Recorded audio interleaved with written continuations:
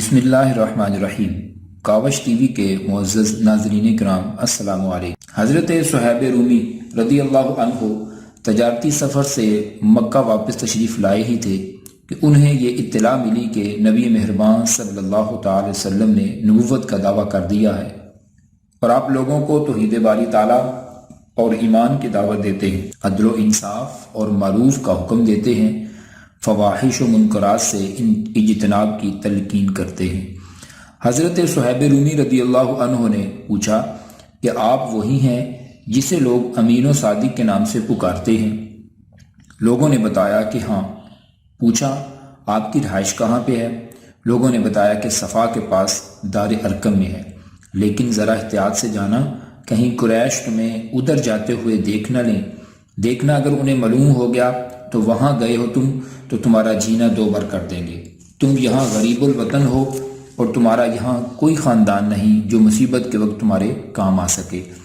حضرت صہیب رومی رضی اللہ عنہ باشندگان مکہ سے نظریں چراتے ہوئے تاروں کی روشنی میں دار ارقم کی طرف روانہ ہوئے۔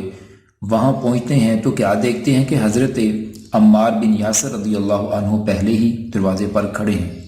پہلے تو آپ گھبرائے، لیکن چونکہ ان کے ساتھ پہلے سے شناسائی تھی، پہچان تھی، پوچھا عمار کیا ارادہ ہے آپ کا؟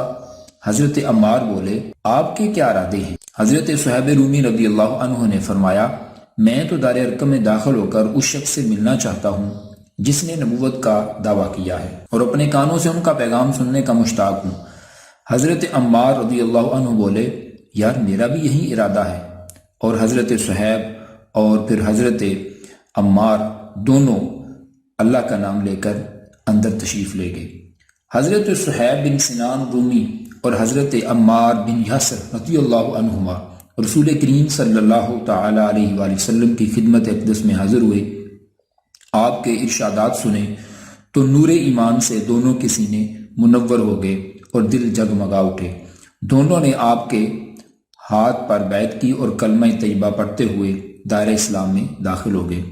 دن بھر سرچشمہ اسلام سے سیراب اور ہادی برحق سے فیضیاب ہوتے رہے۔ دن ختم ہوا، رات کا اندھیرا چھانے لگا، لوگوں کی چہل پہل ختم ہوئی۔ اہلیان مکہ نیند کی آغوش میں محو استراحت ہوئے تو دونوں رات کی طریقے میں وہاں سے نکلے۔ ان کے سینے نور ایمان سے منور ہو چکے تھے اور اس نور ایمانی نے ان کے لیے تمام دنیا روشن کر دی تھی۔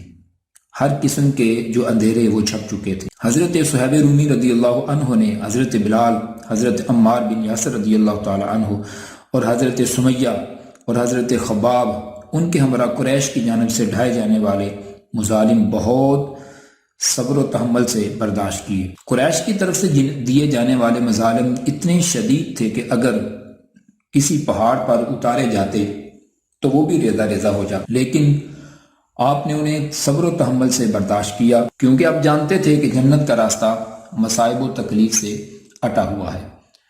رسول اکرم صلی اللہ تعالی وسلم نے جب صحابہ کرام کو مدینہ منورہ کی طرف ہجرت کا حکم دیا، حضرت صہیب رومی رضی اللہ عنہ نے بھی ہجرت کا پختہ ارادہ فرما لیا، لیکن جب قریش کو ان کے ارادے کا علم ہوا تو انہوں نے جاسوس مقرر کر دیے تاکہ انہیں مکہ کی حدود سے باہر نہ جانے دیا جائے۔ انہیں اندیشہ تھا کہ اگر یہ گئے تو اپنے ساتھ یہاں سے جو بہت زیادہ مال و تجارت، سونا چاندی انہوں نے کمایا ہے وہ بھی ساتھ لے جائیں گے۔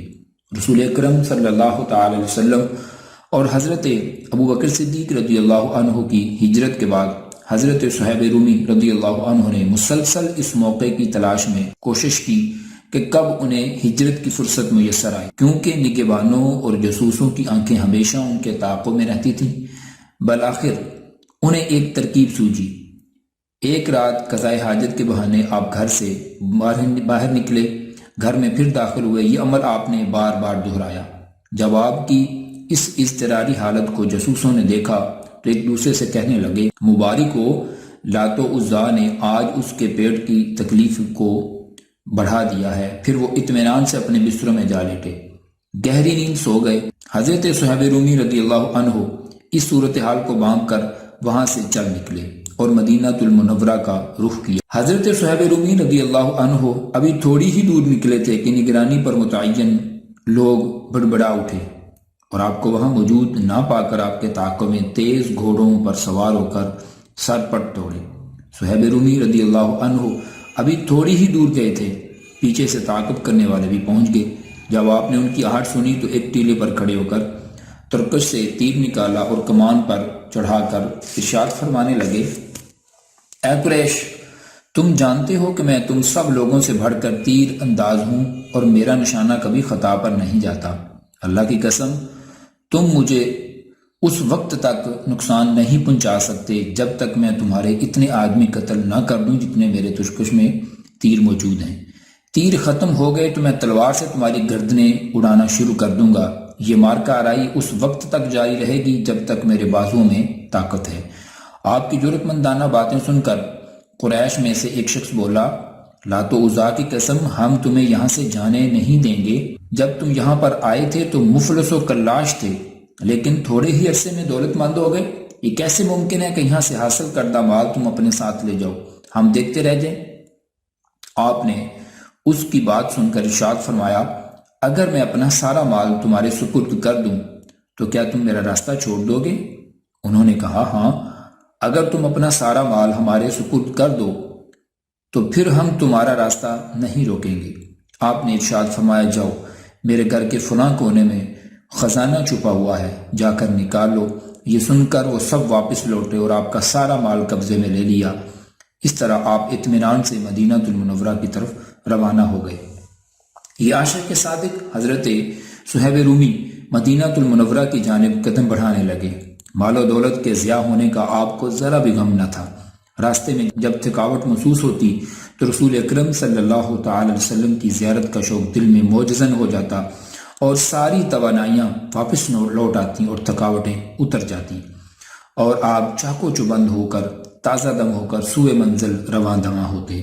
جب آپ وادی بطحا میں پہنچے، مسجد قباء کی شریف کے قریب پہنچتے، رسول اکرم صلی اللہ تعالی علیہ وسلم آپ وہاں پر موجود تھے۔ حضور سید عالم صلی اللہ تعالی علیہ وسلم آپ بہت خوش ہوئے اور آپ نے ارشاد فرمایا، ابو یحییٰ، سودا نفع بخش رہا، سودا بہت ہی مفید رہا۔ اور یہ نبی پاک صلی اللہ علیہ وسلم نے یہ جملہ 3 مرتبہ دہرایا کہ جو تو اپنا مال ان کو دے کر آیا ہے اور اس کے بدلے میں تم نے ہجرت کی ہے تو یہ سودا بڑا ہی نفع بخش ہے۔ آپ کی زبان مبارک سے یہ کلمات سن کر حضرت صہیب رومی رضی اللہ عنہ کا چہرہ خوشی سے جگمگا اٹھا۔ عرض کی، سیدی یا رسول اللہ صلی اللہ تعالی علیہ وسلم، بخدا مجھ سے پہلے آپ کے پاس کوئی نہیں آیا، یقیناً یہ خبر آپ کو حضرت جبریل علیہ السلام نے دی ہوگی۔ بلا شبہ یہ سودا نفع بخش رہا۔ وحی الہی نے اس کی تصدیق بھی کر دی اور قرآن کریم کی آیت مبارکہ نازل ہوئی، وَمِنَ النَّاسِ مَن يَشْرِي نَفْسَهُ ابْتِغَاءَ مَرْضَاتِ اللَّهِ وَاللَّهُ رَءُوفٌ بِالْعِبَادِ۔ انسانوں ہی میں سے کوئی ایسا بھی ہے جو رضا الہی کی طلب میں اپنی جان کھپا دیتا ہے، اور ایسے بندوں پر اللہ مہربان ہوتا ہے۔ رب تعالی ہمیں بھی اس عشق کے سمندر سے ایک قطرہ عطا فرمائے، ہمارے سینوں کو نبی مہربان صلی اللہ علیہ وسلم کی محبت سے بہرہ مند فرمائے، آمین۔